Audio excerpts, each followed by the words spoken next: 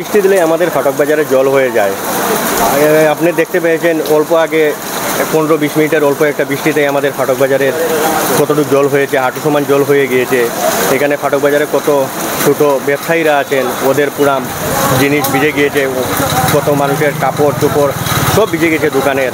ওদের যে লস হয়েছে ওটা কে দিবে? আমাদের মিউনিসিপ্যালিটি আমাদের এখান থেকে ট্যাক্স নেয়, কিন্তু যথাসময় মিউনিসিপ্যালিটি ড্রেন পরিষ্কার করে না।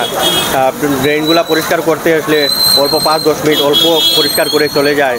এগুলা আমাদের যেহেতু মিউনিসিপ্যালিটি বোর্ড নেই, এখন এডিসি আমাদের মিউনিসিপ্যালিটি চালাচ্ছেন, ওনার দেখার দরকার ছিল যে অল্প বৃষ্টি দেওয়ার কারণে এগুলা কেন হয়। উনি একবারে আসেন নাই, কিন্তু উনি তুলা কালেকশন করছেন বাজার থেকে, যত কিছু সব কালেকশন করে নিয়ে যাচ্ছেন, কিন্তু আপনি আপনার চোখের সামনে দেখতে পাচ্ছেন যে এই বৃষ্টির জলেই আমাদের এই ছোটো ছোটো ব্যবসায়ীরা অবস্থা কী হচ্ছে।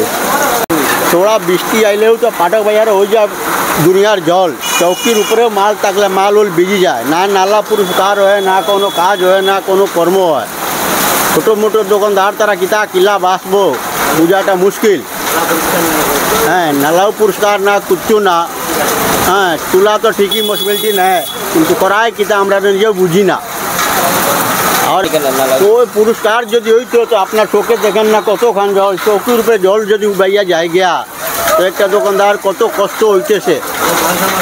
হ্যাঁ, পুরা মাল উল ভিজিয়া নোকসান, কত টাকা আজকে নোকসান যে হইল এটা 3 মাসে অসুল হইতো না রোজি করিয়া। আমরা তাই কেউ দেখনেওয়ালা নাই আমরা।